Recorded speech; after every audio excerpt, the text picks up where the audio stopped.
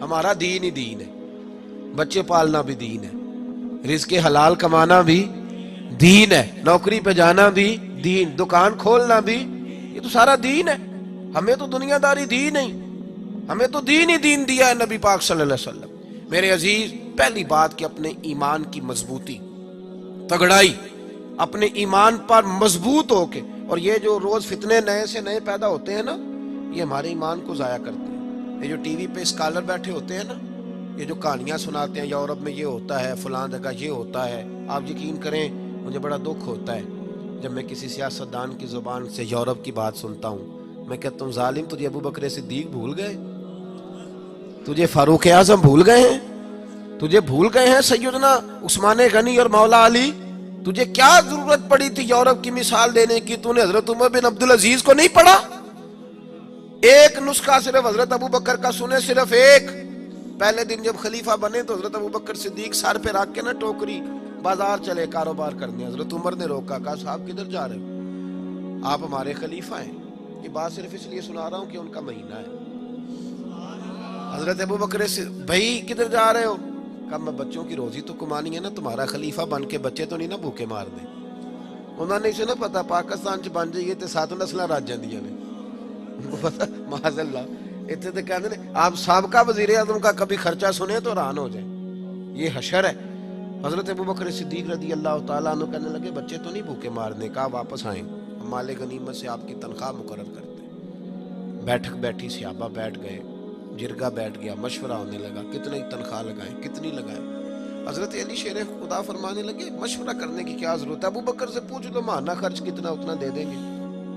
تو حضرت صدیق اکبر سے پوچھا جناب کا خرچہ کتنا ہے، اتنی تنخواہ لگا دیتے ہیں۔ فرمایا خرچہ نہ پوچھو، جتنی ایک مزدور کی تنخواہ ہے میری بھی اتنی لگا دو۔ کتنی؟ کس کی تنخواہ؟ بول کے بتائیں، سارے بولیں۔ جتنی مزدور کی تنخواہ ہے میری بھی۔ تو حضرت علی کہنے لگے اگر آپ کا گزارا نہ ہوا تو یہ اس اصول پر حضرت ابو بکر صدیق نے معیشت کا نظام رکھا، اس اصول پر کہا جناب اگر آپ کا گزارا نہ ہوا تو سنہری حرفوں سے لکھ لینا دل کی تختی پہ جناب صدیق کا فرمان، کہا اگر آپ کا گزارا نہ ہوا تو حضرت ابو بکر صدیق فرمانے لگے اگر میرا گزارا نہ ہوا تو میں مزدوروں کی تنخواہوں میں اضافہ کر دوں گا، میں مزدوروں کی تنخواہوں میں۔ فرمایا جب ان کا گزارا ہوگا تو ابو بکر کا بھی ہونا شروع ہو جائے گا۔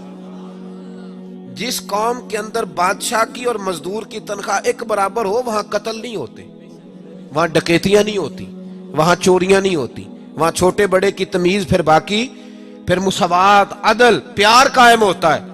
اور جہاں بادشاہ کا بیٹا پرائیویٹ جہاز میں گھومے اور غریب کا بچہ بیمار ہو جائے تو اس کو سرکاری ہاسپٹل میں بیڈ بھی نہ ملے تو پھر وہاں لوگ تنگ آمد بجنگ آمد، وہاں لوگ بندوق اٹھاتے، وہاں قتل و غارت ہوتی ہے، لوگ حق چھیننے نکلتے، آمدام برسرے۔ مطلب پہلی بات ایمان کامل، اور دوسری بات ہر چیز سے بڑھ کر نبی پاک کی تعظیم، ہر چیز سے بڑھ کر۔ ہم نبی پاک کے معاملے میں جذباتی ہیں اور جذباتی ہونا بھی چاہیے۔ یہ آپ کو غلط قائل کیا جاتا ہے کہ نبی پاک صلی اللہ علیہ وسلم نے معاف کیا تو مولوی آپ کو جذباتی کرتے ہیں۔ بھائی نبی پاک نے معاف کیا اپنے بے ادب کو، کسی صحابی نے معاف نہیں کیا۔ میری بے ادبی کرنے والا مجھ سے معافی مانگے گا، میرے چھوٹے بھائی سے نہیں مانگے گا۔ تو نبی پاک کے بے ادب کو نبی پاک معاف کر سکتے ہیں، امتی معاف کر سکتا؟ آپ تمام کتب سیرت اٹھا کے دیکھ لیں، جب رسول پاک صلی اللہ تعالیٰ علیہ وآلہ وسلم کے بے ادب اور گستاخ فتح مکہ کے موقع پر بھاگ گئے تو انہیں جو بندہ بھی مشورہ دیتا تھا یہی مشورہ دیتا تھا کہ کسی طریقے حضور تک پہنچ جاؤ گے تو بچ جاؤ گے، نبی پاک تک کسی طریقے چھپ چھپا کے۔ حبار بن اسود کو بھی لوگوں نے یہی کہا، دیگر بھی سب لوگوں کو یہی کہا کہ نبی پاک تک پہنچ گئے تو بچ جاؤ گے، کہیں غلطی سے عمر کے ہتھے نہ چڑھ جانا، کہیں علی کے قابو نہ آ جانا، کہیں عثمان غنی اور ابو بکر صدیق کے قابو نہ آنا، پھر نہیں بچو گے۔ امت مسلمہ کے جوانوں تمہیں غلط قائل کیا جاتا ہے، اسلام جو ہے جی وہ صرف بات کرتا ہے درگزر کی اور معافی کی۔ اسلام جذباتی بات کرتا ہے، لیکن کس میں؟ جب رسول اللہ صلی اللہ علیہ وسلم کی بے ادبی کی جاتی ہے۔ ادھر دیکھو، اور ایک بات اور بڑے ٹھنڈے دل سے سمجھا رہا ہوں، ہم اگر نبی پاک کے ادب کے قائل ہیں تو حضرت عیسیٰ علیہ السلام کے ادب کے بھی قائل ہیں، ہم حضرت موسیٰ علیہ السلام کے ادب کے بھی قائل ہیں ہماری شریعت کے اندر حضرت یوسف کا گستاخ بھی کافر ہے. ہاں ہمارا دین جو ہے وہ تمام کا ادب سکھاتا ہے، بلکہ اگر کوئی کسی باطل کو پوچھتا ہے تو ہم دلائل کے ساتھ اس کا رد کرتے ہیں. ہمیں وہاں بھی کچی زبان استعمال کرنے کے لیے نہیں کہا گیا، وہاں بھی رد کیا جائے گا دلائل کی روشنی میں. لیکن اس کے باوجود، اتنی صفائی کے باوجود اگر کوئی محبوب کے بارے میں بات کرے پھر امت خاموش رہے. صحابہ میں سب سے ٹھنڈی طبیعت حضرت ابو بکر صدیق کی ہے.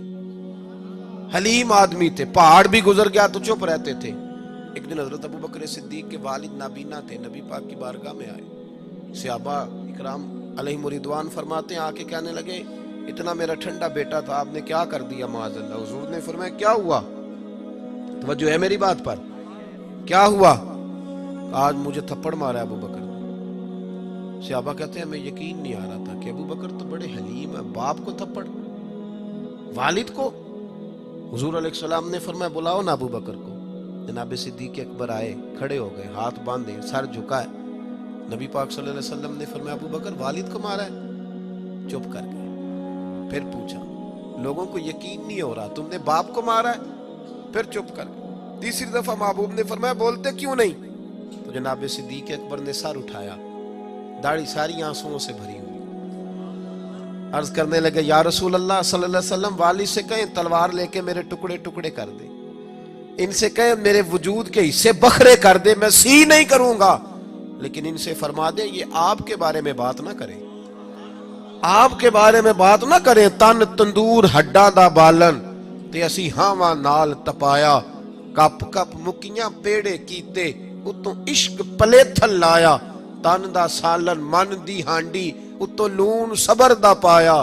غلام فریدا وے میں ساری تیری، غلام فریدا میں ساری تیری، تینوں وجہ یقین نہیں آیا؟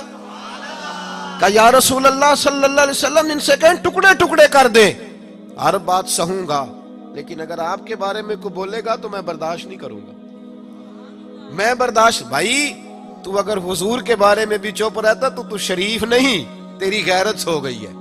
یہ شرافت نہیں کہ محبوب کے بارے میں کبھی کوئی صاحب مجھے آ کے کہے نا کہ وہ فلاں بندہ کہہ رہا تھا حضور کو علم غیب نہیں، تو میں کہتا ہوں اس سے تو بعد میں نمٹیں گے، پہلا تیرا تے پتہ کر لیے تو سن کے میں لئی گا. نا تو ادھر بیٹھنا بھائی، تیرے کہان تو نے سن کیسے لیا؟ اس کی تو بات بعد میں ہے، تو بتا پہلے تو نے سن کیسے لیا؟ کیا خیال ہے آپ کا؟ اتنے ظلم کی بات. ایک بندہ کہہ رہا تھا جی وہ تو مکھی کا پر نہیں بنا سکتے معاذ اللہ. میں کیا انہوں تے بعد پوچھاں گے، پہلا تو تے آنا ہو رہا. تیرے اندر وہ ہمت کہاں سے آئی جی تو سن کے آ گیا؟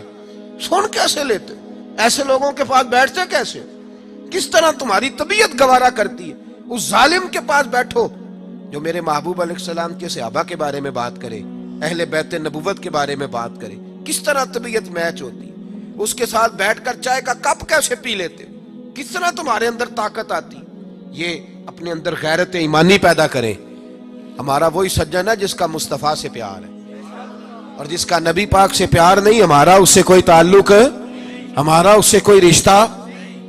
امیر ملت حافظ پیر جماعت علی شاہ صاحب محدث علی پوری رحمت اللہ تعالی علیہ فرمایا کرتے تھے، آپ فرمایا کرتے تھے مصطفیٰ سے پیار کرو گے تو بچ جاؤ.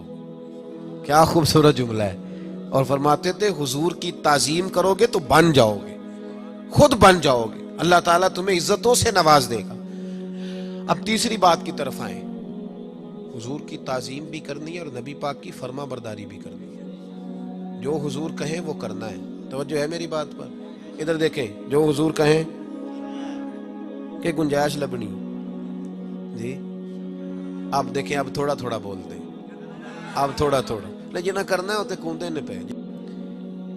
حکیم کوئی سیانا ہونا بڑا دور سمجھدار حکیم، تو وہ نسخہ بتائے تو بندے کہتے ہیں کاغذ قلم لاؤ لکھ لیں. صحیح ہے نا جی، لکھتے ہیں نا جی. بلکہ حکیم تو نسخہ دیتے ہی نہیں تھے، وہ قبروں میں لے گئے ساتھ، اللہ ماشاء اللہ دیا ہی نہیں. اس لیے حکمت زیادہ پروان نہیں چڑھ پا رہی. یاد رکھیں کوئی سیانا بندہ بات کرے تو لکھ لینی چاہیے، تو اگر مصطفیٰ ہمیں کچھ سمجھائیں. صحابہ نے پتہ اطاعت کس طرح کی ہے. ادھر دیکھو کنز المال میں حدیث ہے، نبی پاک صلی اللہ علیہ وسلم جمعے کا خطبہ دے رہے تھے، ایک بندہ اٹھ کے کھڑا ہو گیا، حضور نے فرمایا بیٹھ جاؤ.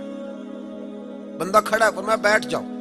مطلق حکم ہے، نام نہیں لیا کسی کا. بیٹھ جاؤ. ایک بندہ کھڑا تھا، بیٹھ جاؤ. حضرت عبداللہ بن رواحہ مسجد کی گلی میں تھے، آئے نہیں تھے، ان کے کانوں میں آواز گئی، وہ وہیں بیٹھ گئے۔ حضرت انس بن مالک رضی اللہ تعالیٰ عنہ فرماتے ہیں میں اپنے گھر سے نکلا تھا، ابھی گھر کے دروازے پہ تھا، میرے کانوں میں آواز گئی، میں وہیں بیٹھ گیا۔ حضرت مرثد بن ابی مرثد رضی اللہ تعالیٰ عنہ فرماتے ہیں میں وہاں تھا جہاں لوگوں نے جوتے اتارے، کانوں میں آواز گئی بیٹھ جاؤ، میں بیٹھ گیا۔ فرماتے ہیں نماز مکمل ہوئی، نبی پاک صلی اللہ علیہ وسلم نے بعد میں جب صحابہ ملنے آئے تو فرمایا عبداللہ جمعہ کہاں پڑھا؟ کہا حضور گلی میں۔ وہاں کیوں بیٹھے تھے؟ کہا یا رسول اللہ آپ نے تو کہا تھا بیٹھ جاؤ۔ اور تمہیں کب کہا تھا؟ تو اس کو کہا تھا۔ انس تم کہاں تھے؟ یا رسول اللہ گھر کے دروازے پہ۔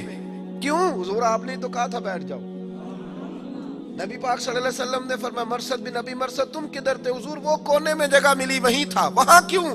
حضور آپ نے کہا تھا بیٹھ جاؤ۔ میرے محبوب نے فرمایا میں نے تو اس سے کہا تھا، حضور آپ نے نام نہیں لیا، جس کے کان میں آواز گئی وہ یہی سمجھا کہ میرے لیے حکم ہو رہا ہے۔ یہاں نام لے کے نامینیٹ کر کے بھی حکم کرو تو بندے کہتے ہیں وہ دوسرا نہیں کر سکتا، کچھ ساری شریعت معاذ اللہ میرے لیے۔ حضور نے مطلق